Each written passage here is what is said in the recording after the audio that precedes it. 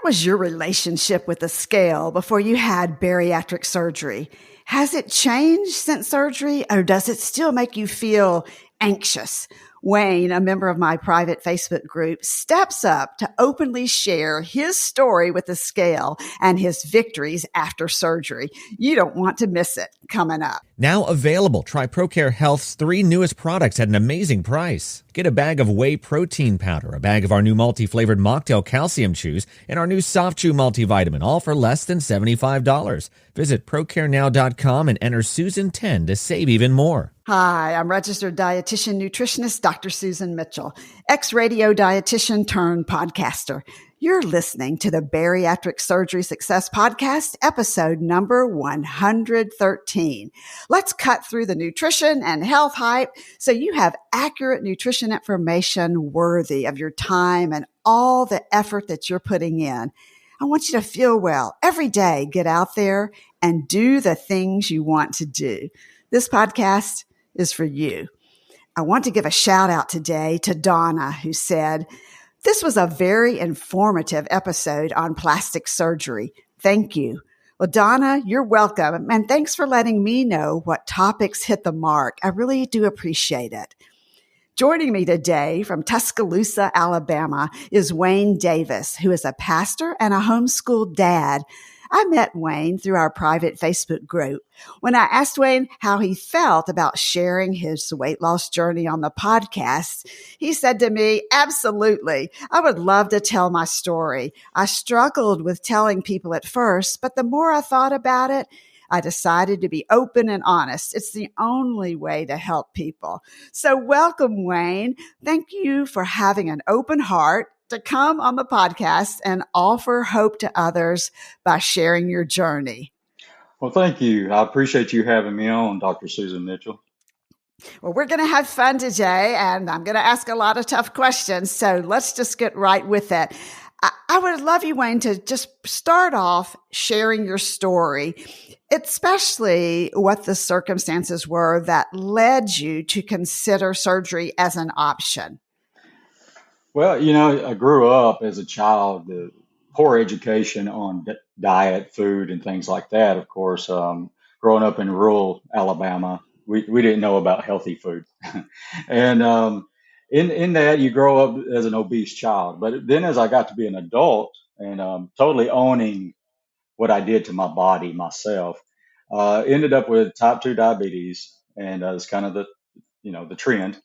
And when that happened, my body began to go through a series of failures, as it does. But then when I got in my 30s and 40s, as it would get worse, I got better control of it. I got control of the diet. I started doing the things I had to do as a diabetic, and all the other stuff that came with it, like high blood pressure and things like that. But then when I was in my 40s, right when COVID hit, I went into DKA, diabetic ketoacidosis. And my goodness. Yeah, and that was a medication I was on that helped me do that, unfortunately. Did you have to go through in the hospital? Were you in the hospital? I was in ICU for a while as they were trying to get it all regulated. Then when I came out of ICU, that's when the COVID thing hit. So we had to start recording services because with the shutdowns, and we were offering services online, and we started the YouTube channel and all that stuff. And so they changed my medication. They took me off all the meds that caused that. And then when I ended up getting on just tons and tons of insulin, within 3 months, I gained 60 something pounds. And I was at a decent weight. The sad thing was I was recording myself every week, and I had never done that before. And the videos, I was basically documenting my constant weight gain and getting too big for my suits, getting too big for my shirts, getting too big for things. At home, recording myself and hiding my body in certain ways and setting up the camera so that I wouldn't be on display as much. And then when the church opened back up, we went in and nobody had seen me for a year, and I was like 80 pounds heavier. And I'd gotten up to 310 pounds. They had me on so much insulin. They're like, "We can't give you any more insulin."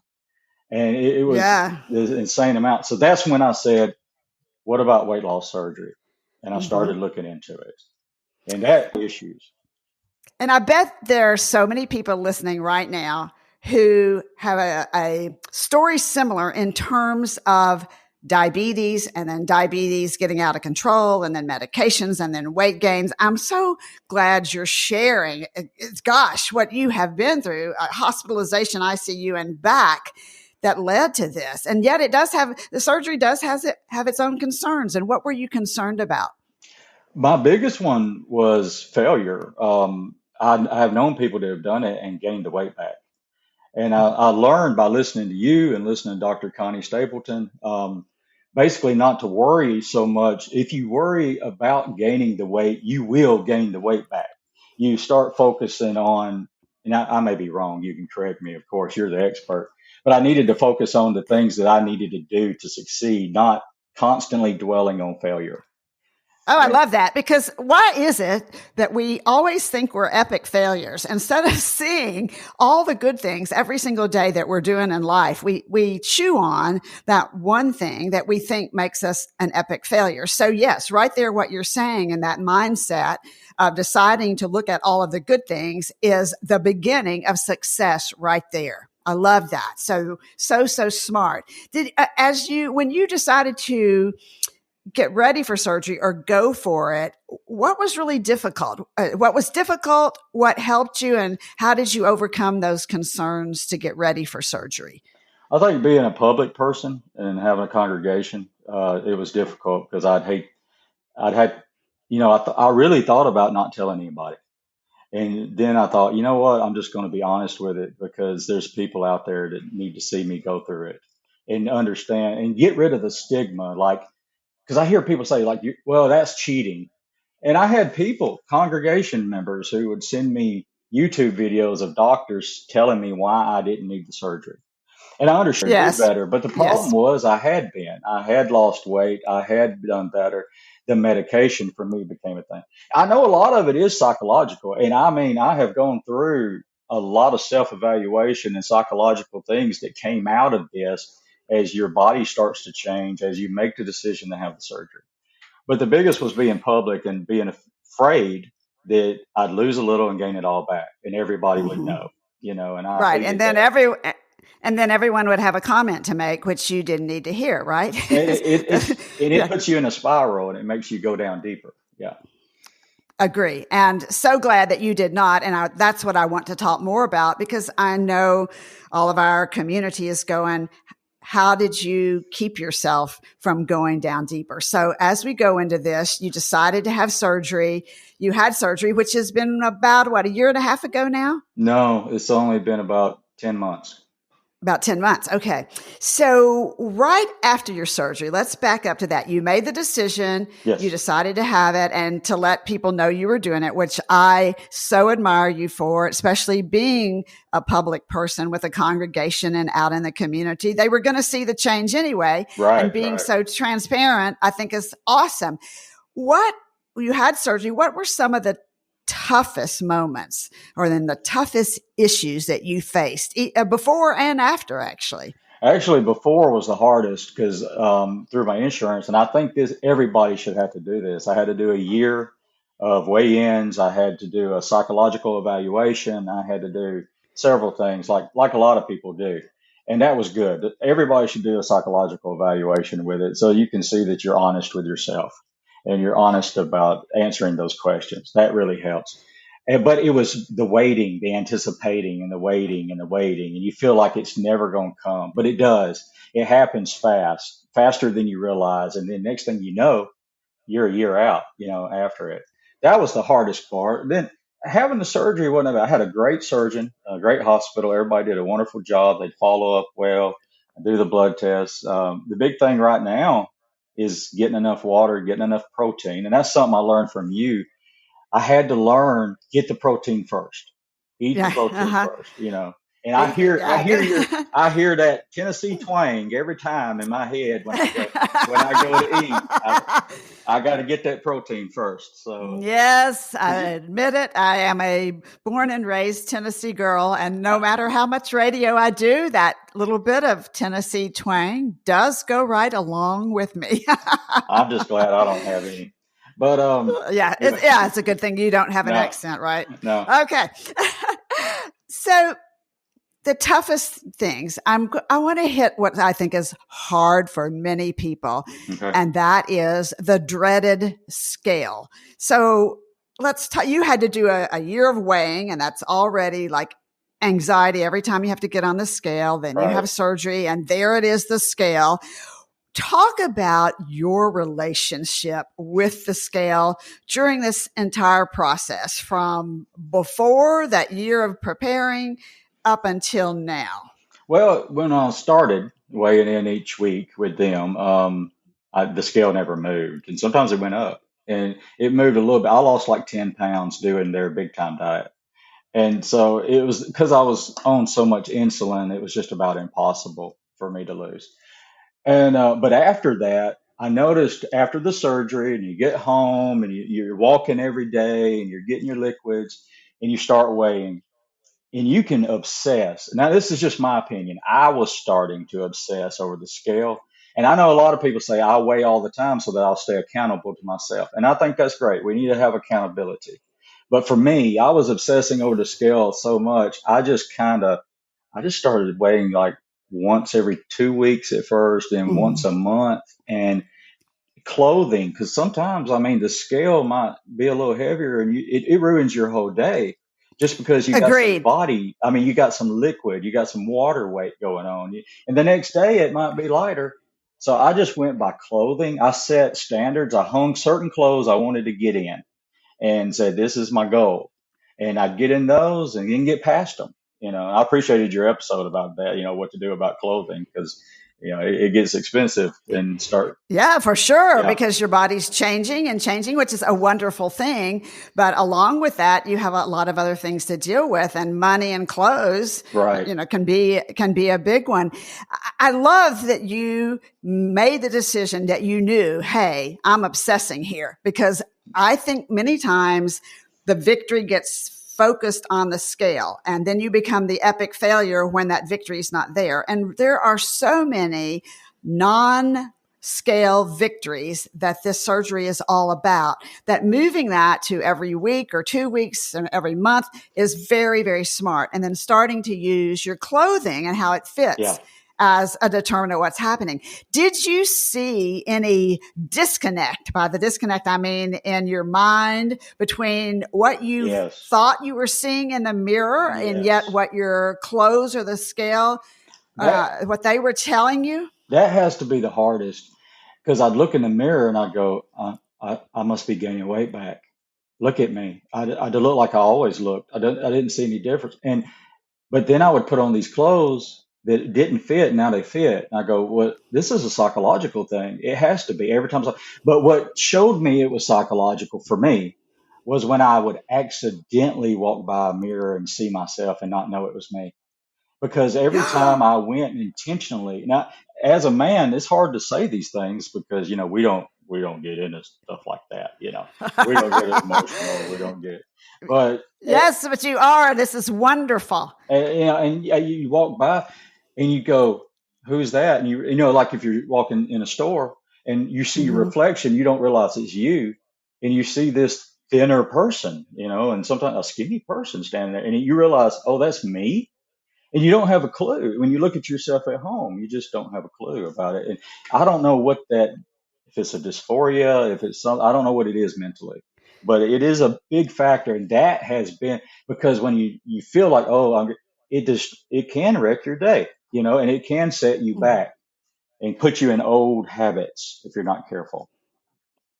Agreed. And now, this many months, 10 months down the road, is that disconnect as strong as it was, Wayne? No, it's not, because I know it's there. I'm able to work through it because mentally I have kind of worked through that psychological stuff to go, hey, this isn't truth, and I'm not going to accept that. I'm going to accept what is truth. and not what I love that. my mind thinks. Yeah. Right. I think this is a great topic. I'm going to ask Dr. Connie about it, about this disconnect in the mirror and the scale. I think that from the psychological standpoint, I think we'll have to discuss that coming up. I look forward to that one. So your position as a pastor makes you up front and center with your congregation and the community. Plus, as a homeschool dad, your children have seen your transformation. So in the beginning, people were sending you YouTube things. Oh, don't have this, do have this.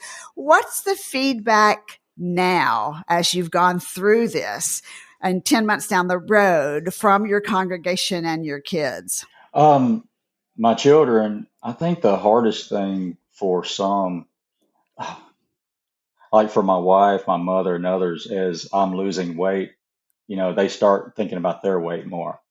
And that can be hard for other people. And especially some people aren't going to celebrate with you. Now, my family does. My family's awesome. My kids look at it and they go, wow, we've never had a skinny daddy, and they're like, we can hug you all the way around now. They're awesome with it. And my wife has been awesome and supportive as well. But not everybody's going to be your cheerleader. Some people are going to have an issue with you losing. Yes, they are. And an issue with who you become. Yes. With that weight loss change. You'll lose a couple of friends. The divorce rate is extremely high. I dug into that because I wanted to protect my marriage, but and make sure, I don't know why the divorce rate's so high amongst people that do this, but it is.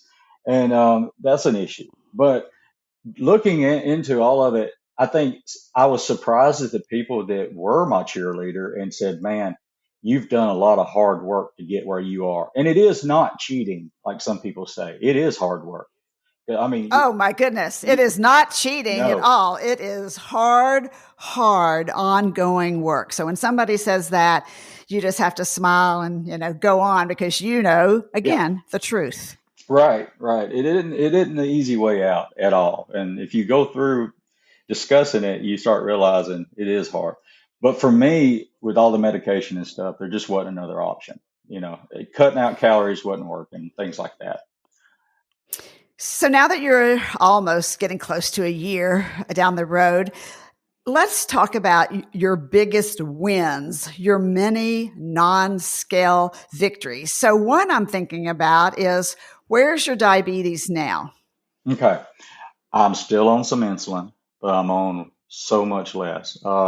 They told me, the surgeon, when she looked and said, wow, the amount of insulin you're on, like 3 different kinds and all these other types of things. My pancreas just was shot. I don't know. But so I'm still on some insulin, but not as much. That's nice. That's fabulous. Yeah. Fabulous. Yeah. And because the insulin concerns me about weight gain and things like that. I've been able to do things like, basically I could come off the CPAP. I was on that. But I kind of like it now. So I was on, I got it down really low. I've gone every 30 pounds. They went down like 3 numbers. My CPAP. That's wonderful. My CPAP was so high I could blow leaves with it. That thing had so much pressure. It was Take crazy. it out in the yard and let it do its work. Oh yeah. So things like that. But think about that. That's huge. Those are huge wins. Yeah. Significant cut in insulin. That means less work on your pancreas, less other kinds of health issues coming up, and better sleep, which makes for better health and better days. Absolutely. Those are fabulous non-scale victories. So what challenges do you still face that you want to conquer? I think the biggest one is, I don't want to be one of those people that goes around saying, oh, I've got this. I know, and I'm not going to ever gain the weight back. I'll never go back, because I'm still a rookie at this. I love to hear from the people that's 2, 3, 4 years out that kept the weight off. I want to know how they did it. I don't want to be one, because I've only been into this 10 months, and I know that I've heard after about 3 years, this thing kind of changes. So I'm concerned about the long term, maintaining weight loss, trying to keep the protein up, because I've been lifting weights and doing all this stuff. So I think that's still my biggest.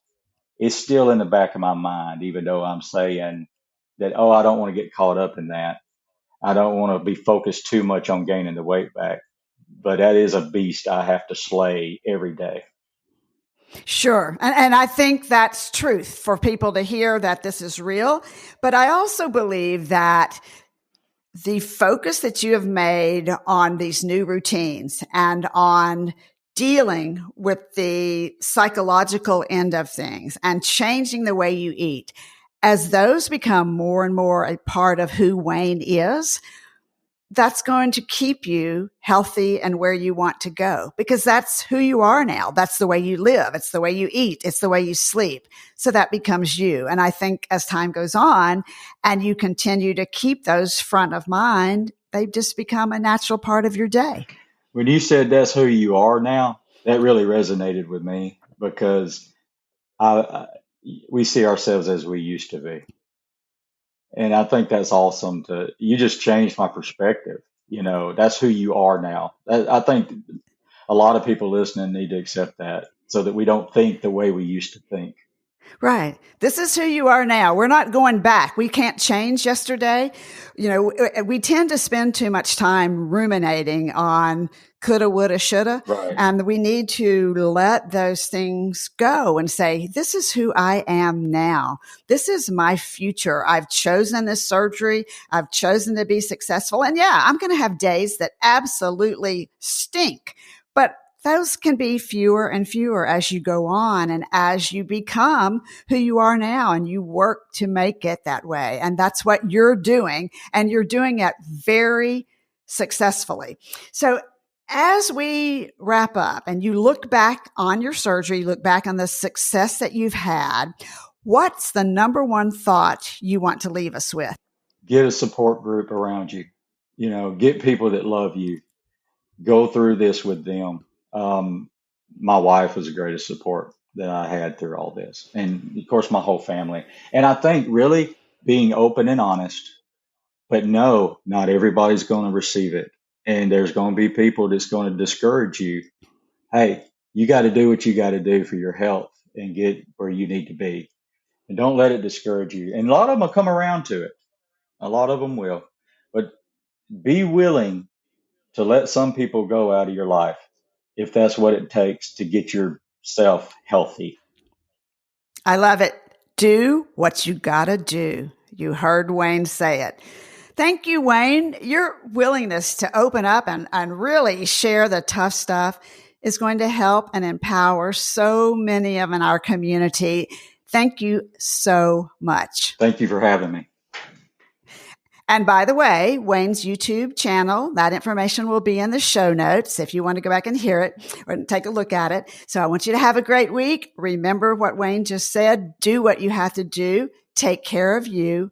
You're worth it. Bariatric Surgery Success with dietitian Dr. Susan Mitchell is produced and owned by Practicalories, LLC. All rights reserved. Remember, the content provided on this podcast is for information purposes only and doesn't create a patient-provider relationship. It's intended to provide reference material and is not designed to provide medical advice. Please consult your healthcare provider regarding any medical issues you have relating to symptoms, conditions, diseases, diagnosis, treatments, and side effects. Podcast guests express their own opinions, experience, and conclusions which do not necessarily reflect or agree with the host, Dr. Susan Mitchell or Practicalories, LLC.